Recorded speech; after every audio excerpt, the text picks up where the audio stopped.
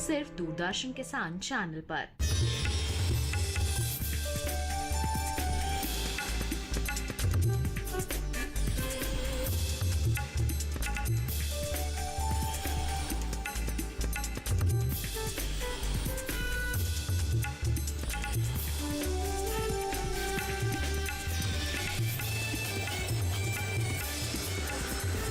TV किसान, बदलते भारत की शान।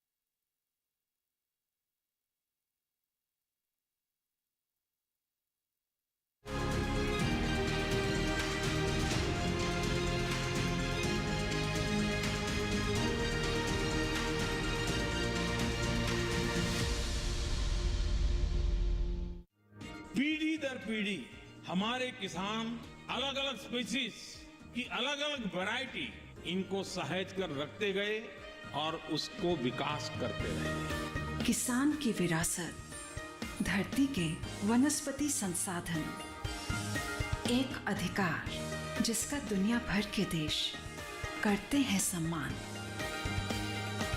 आज भारत उन अधिकारों को दे रहा है नए मुकाम, ताकि और बढ़े किसानों की वंशागत किस्मों की पहचान का अभियान।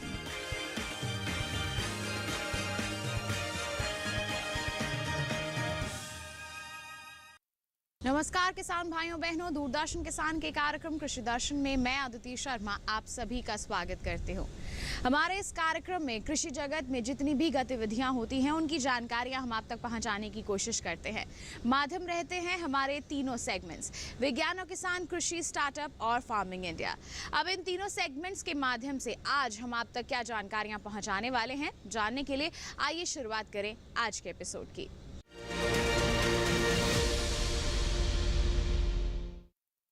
कृषि जगत में डॉक्टर एम.एस. स्वामीनाथन के नाम को हर कोई जानता है।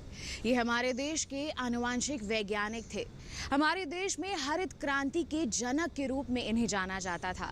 बता दें कि कृषि क्षेत्र में इनका जो योगदान है इतना सराहनीय था कि इन्हें पद्मश्री, पद्म भूषण और पद्म विभूषण जैसे पुरस्कारों से सम्मानित किया गया था। हाल ही में यानी कि 28 सितंबर को इनका स्वर्गवास हो गया। इनके सफर पर एक झलक आपको दिखाते हैं। देश में हरित क्रांति के जनक कहे जाने वाले एम.एस. स्वामीनाथन जी का कल 98 वर्ष की उम्र में निधन हो गया, जिसके बाद प्रधानमंत्री श्री नरेंद्र मोदी ने भी शोक व्यक्त किया। स्वामीनाथन जी को फादर ऑफ ग्रीन रेवोल्यूशन भी कहा जाता है। उन्होंने ही देश में अधिक उपज देने वाली धान की फसल को उगाने पर जोर दिया और देश की कृषि व्यवस्था को एक नया आयाम प्रदान किया। कृषि के क्षेत्र में अपने उत्कृष्ट कार्य के लिए स्वामीनाथन जी को 1987 में प्रथम खाद्य पुरस्कार दिया गया था। वो पद्मश्री, पद्म भूषण और पद्म विभूषण तक से सम्मानित हो चुके हैं।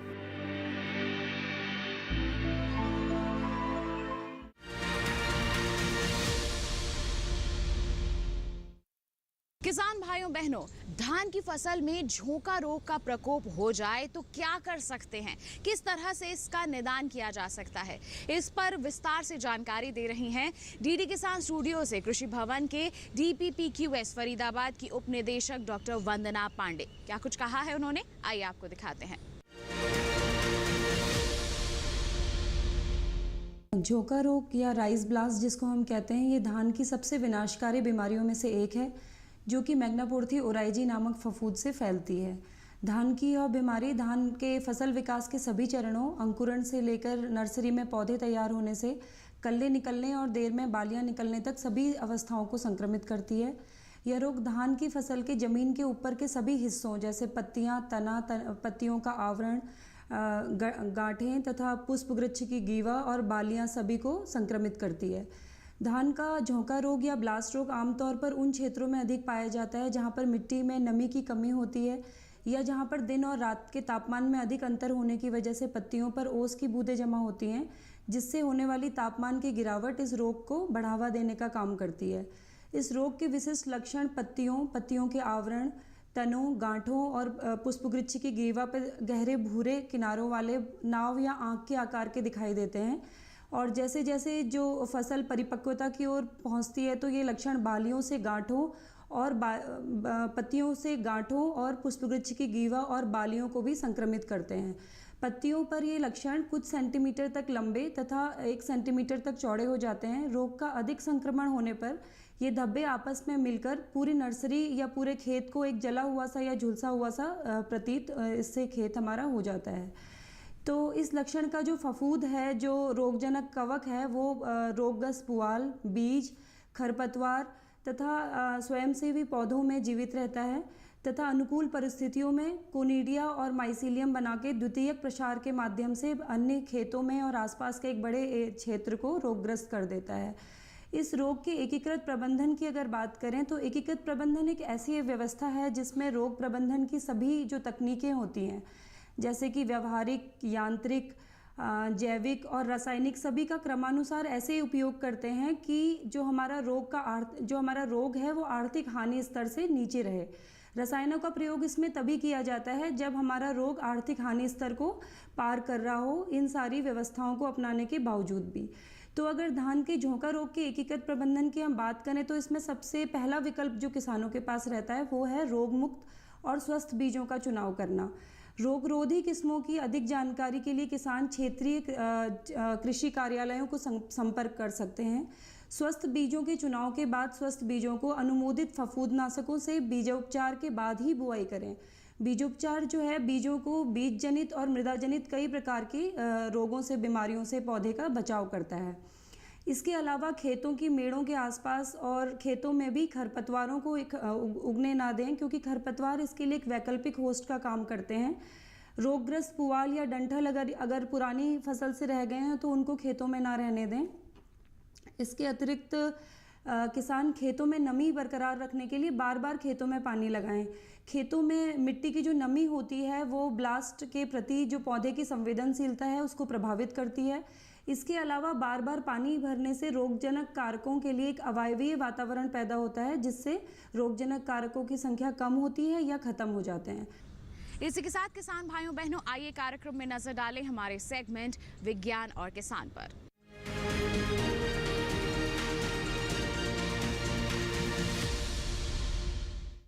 आज के हमारे सेगमेंट में हम आपको बताएंगे तुलसी की खेती के बारे में। सामान्य तौर पर हमारे घरों में तुलसी का पौधा देखने को मिलता ही है, लेकिन अगर इसकी खेती भी कर ली जाए तो अच्छा मुनाफा अर्जित किया जा सकता है। जी हाँ, बस कुछ सावधानियां बरतने की ज़रूरत होती है, कुछ प्रबंधन कार्य करने की ज़रूरत होते हैं। तो कौन कौन से प्रबंधन कार्य करके आप बना सकते हैं तुलसी की खेती को अपने लिए फ़ायदे का सौदा, आइए आपको बताएं। हमारे देश में तुलसी का पौराणिक महत्व है। भले ही ये तुलसी के नाम से जाना जाता हो, लेकिन इसके दूसरे भी कई नाम हैं। मिसाल के तौर पर सुलभा, ग्राम्या, पुरसा, बहुमंजरी और होली बेसिल। दुनिया भर में इसकी करीब 150 किस्में पाई जाती हैं।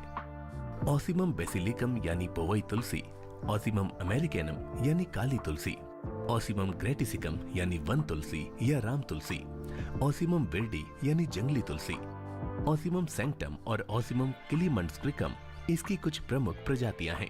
कमाल की बात तो ये है कि इसकी खेती कम उपजाऊ जमीन में भी आसानी से की जा सकती है। हाँ, खेत में पानी की निकासी का उचित इंतजाम होना जरूरी है। वैसे बलुई दोमट मिट्टी इसके लिए बहुत उपयुक्त है। ये उष्णकटिबंधीय या उपोष्णकटिबंधीय दोनों तरह की जलवायु में हो जाती है। खेती 2 चरणों में होती है। पहले बीज बोकर नर्सरी तैयार करेंगे और फिर रोपाई। बुआई के लिए जमीन जून के दूसरे हफ्ते तक तैयार हो जानी चाहिए।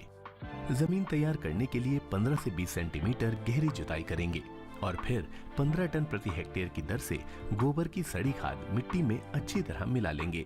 सतह से उभरी हुई 1 मीटर लंबी और इतने ही मीटर चौड़ी क्यारियां बना लेंगे। 1 हेक्टेयर खेत के लिए 750 ग्राम से 1 किलो बीज, 20 किलो फास्फोरस और 20 किलो पोटाश की जरूरत होगी। इसका बीज सीधे नहीं बोना है, बल्कि रेत या बालू में मिलाकर बुआई करनी है। बीज कतारों में बोने हैं। एक कतार से दूसरी कतार की दूरी 8 से 10 सेंटीमीटर रखनी है। बीज को ज्यादा गहरा नहीं बोना है। जमाव के 15 से 20 दिन बाद 20 किलो प्रति हेक्टेयर की दर से नाइट्रोजन डाल देने से अच्छी पैदावार होती है।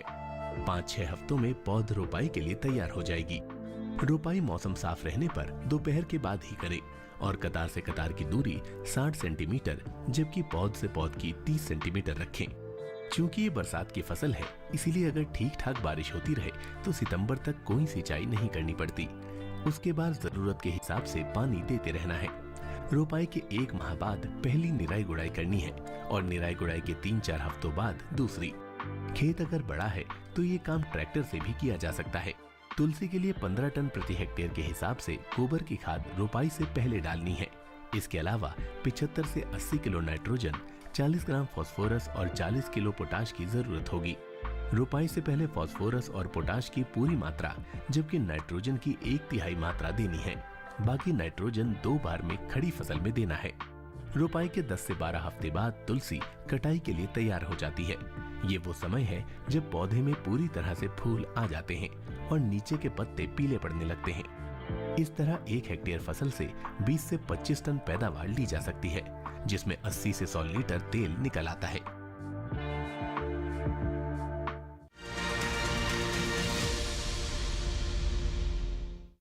तो ये था सेगमेंट विज्ञान और किसान। इसी के साथ कार्यक्रम में वक्त एक छोटे से ब्रेक का। आप कहीं मत जाइए, देखते रहिए कार्यक्रम कृषि दर्शन और बने रहिए दूरदर्शन किसान पर।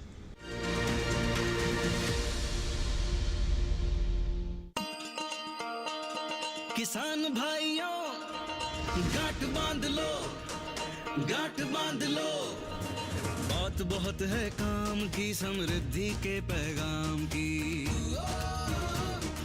मिट्टी के मिजाज को समझो, मिट्टी के हर राज को समझो, मिट्टी की तुम जांच कराओ, मुफ्त सॉइल हेल्थ कार्ड ले जाओ। कभी मुनासिब बीज लगाओ, सही किस्म की खाद ले आओ, जितनी जरूरी उतनी डालो, सही मात्रा खुद पहचानो, इसको अपना मंत्र बना लो, मिट्टी की सेहत को जानो। बात बहुत है काम की, कम लागत अधिक वरदान की। किसान भाइयों गांठ बांध लो, आज ही मिट्टी की जांच कराएं। राज्य सरकार के कृषि अधिकारी से संपर्क करें और मुफ्त में सॉइल हेल्थ कार्ड पाएं। कृषि और किसान कल्याण मंत्रालय द्वारा किसान हित में जारी। ब्रेक के बाद दूरदर्शन किसान के कार्यक्रम कृषि दर्शन में आप सभी का फिर से स्वागत। आइए अब आपको दिखाएं सेगमेंट कृषि स्टार्टअप।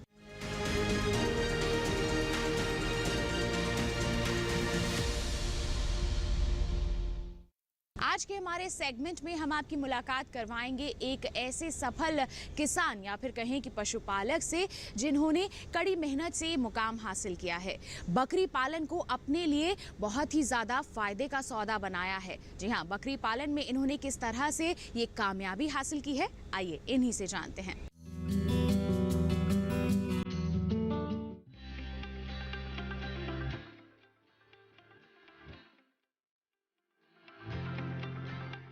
बकरी आकार में छोटी और शांत स्वभाव वाली होती है, इसीलिए इसे रखने के लिए बहुत ज्यादा जगह की जरूरत नहीं है।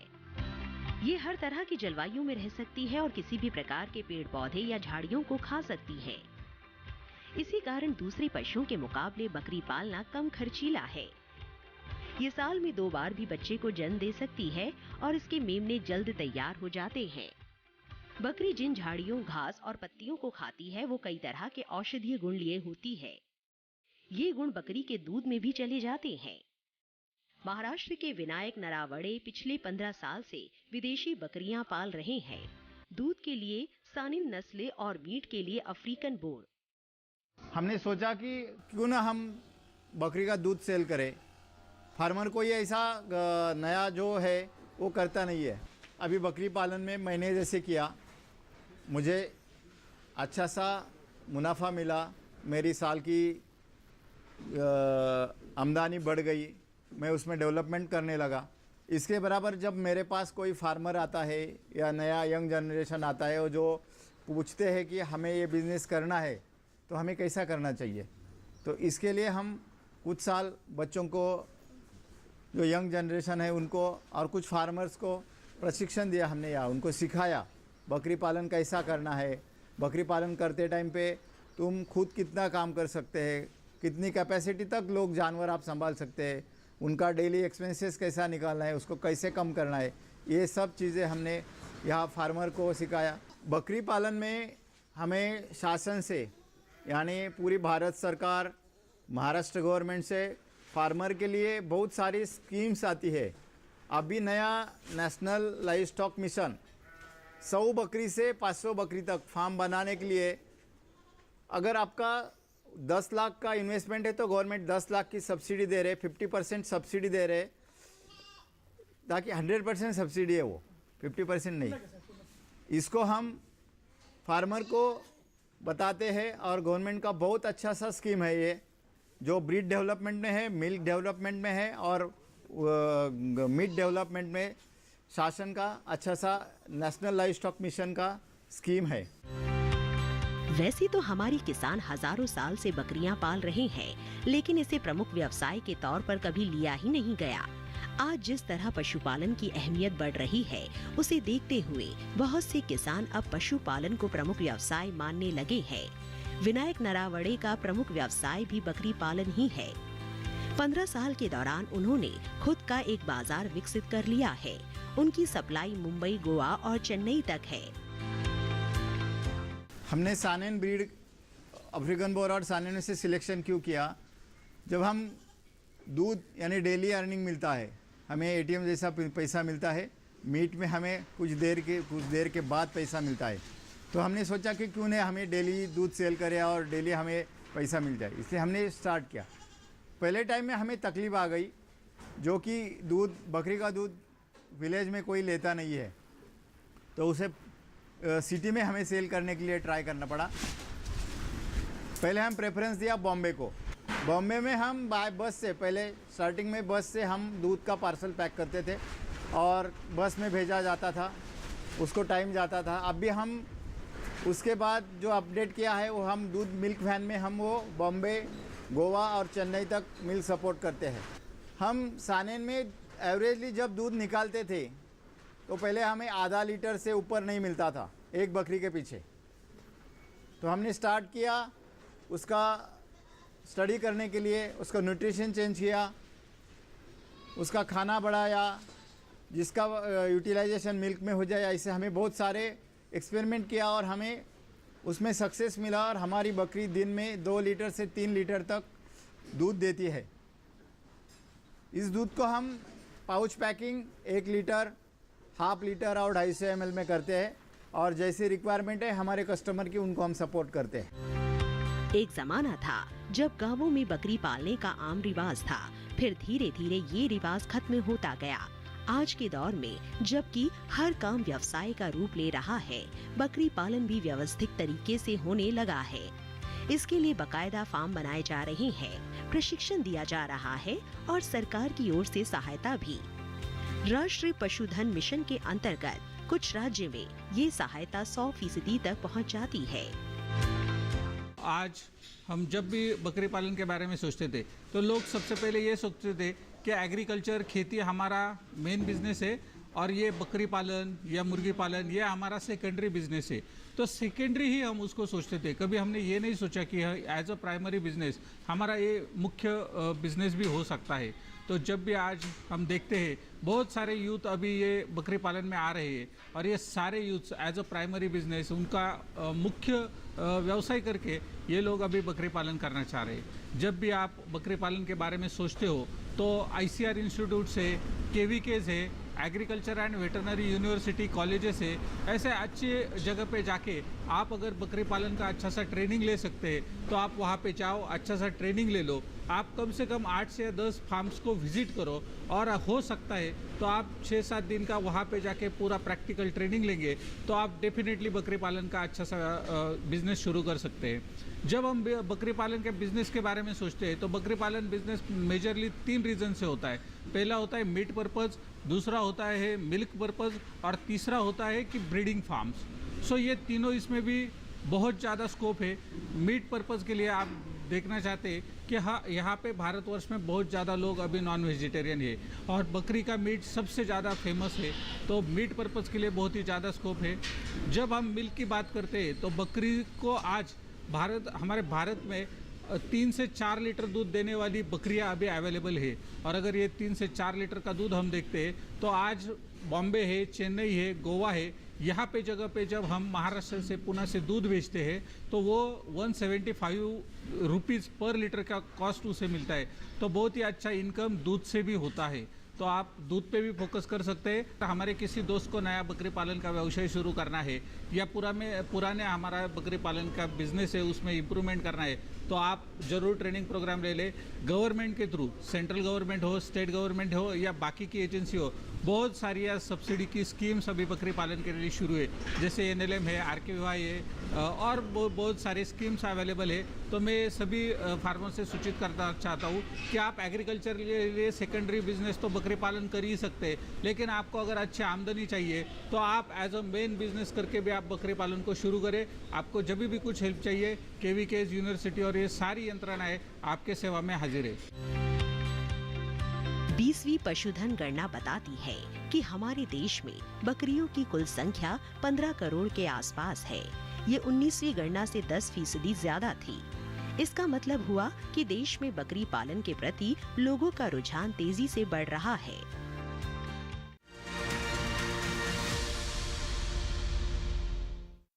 तो ये था सेगमेंट कृषि स्टार्टअप। इसी के साथ कार्यक्रम में वक्त एक और छोटे से ब्रेक का।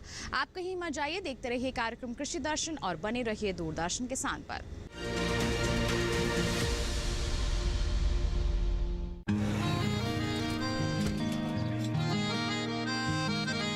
क्या बात है भाई, आजकल तो काफी खुश नजर आ रहे हो। क्यों ना हो, अब मैं ऑर्गेनिक खेती जो कर रहा हूँ ये पूरा प्राकृतिक है, ऑर्गेनिक है। इसमें हमारे खेत, हमारी फसल और हमारी जेब सब फायदे में होते हैं और इसमें लागत भी कम है। जी हाँ, आप भी ऑर्गेनिक खाद का प्रयोग करें, अपनी फसल और मिट्टी को तंदुरुस्त बनाएं और आपकी आमदनी में इजाफा करें। अधिक जानकारी के लिए किसान call centre toll free number 1800-180-1551 पर कॉल करें और लॉग ऑन करें kisan.gov.in और farmer.gov.in। कृषि और किसान कल्याण मंत्रालय द्वारा किसान हित में जारी।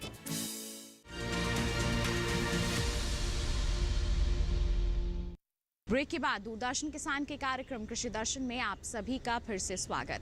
आइए दिखाएं आपको हमारा सेगमेंट फार्मिंग इंडिया।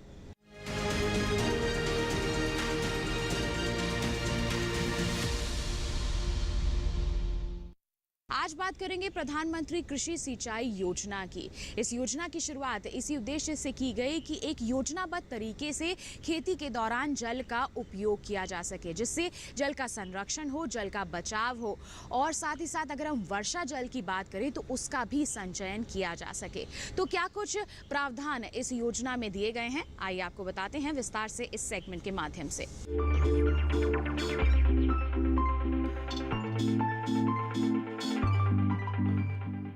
देश में करीब 14 करोड़ हेक्टेयर जमीन पर खेती होती है।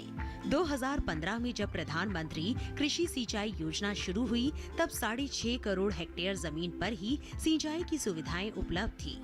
इसका मतलब ये हुआ कि आधे से भी ज्यादा जमीन बारिश के पानी पर निर्भर थी। जाहिर है वर्षा आधारित इलाकों में पैदावार कम होती है और किसानों को खेती से उतना लाभ नहीं मिल पाता जितना मिलना चाहिए। प्रधानमंत्री कृषि सिंचाई योजना का असल मकसद हर खेत तक पानी पहुंचाना है। यह अम्ब्रेला स्कीम है और इसमें मुख्य रूप से 2 घटकों को शामिल किया गया है।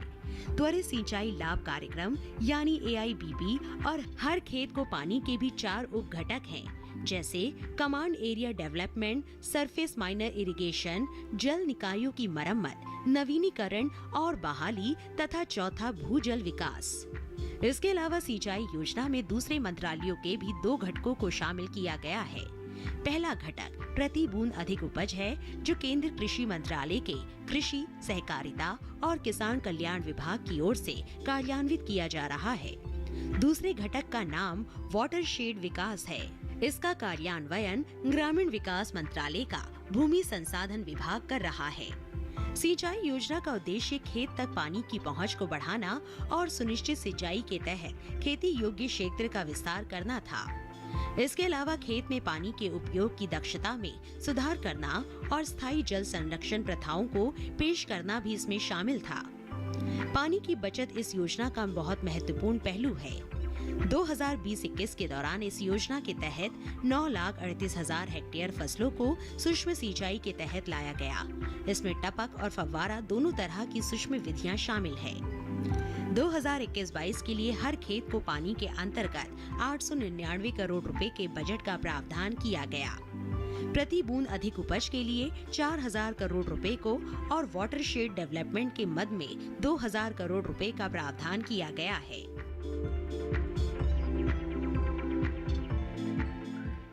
तो ये था सेगमेंट फार्मिंग इंडिया। इसी के साथ आज के कार्यक्रम में बस इतना ही। उम्मीद करते हैं जितनी भी जानकारियां आज के कार्यक्रम के माध्यम से आप तक पहुंचाई गई हैं सभी आपके लिए फायदेमंद साबित हुई होंगी।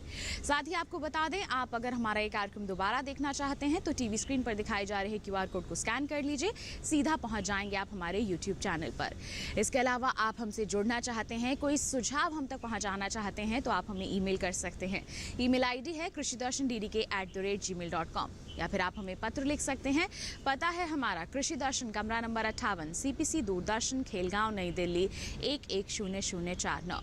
तो इसी के साथ किसान भाइयों बहनों, आज के लिए इतना ही। अगले अंक में हम फिर होंगे हाजिर। तब तक के लिए दीजिए इजाजत, लेकिन आप बने रहिए दूरदर्शन किसान पर। नमस्कार।